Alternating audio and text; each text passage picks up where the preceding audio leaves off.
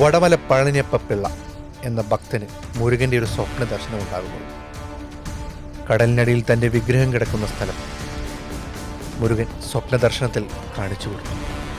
കടലിൽ ഒരു ഭാഗത്ത് ഒരു നാരങ്ങ ഒഴുകി നടക്കുന്നത് കാണാം. അതിനു മുകളിലായി ആകാശത്തൊരു കൃഷ്ണപ്പരുന്ത് വട്ടമിട്ട് വിറക്കുന്നുണ്ടാവും. അവിടെയാണ് ഞാനുള്ളത്.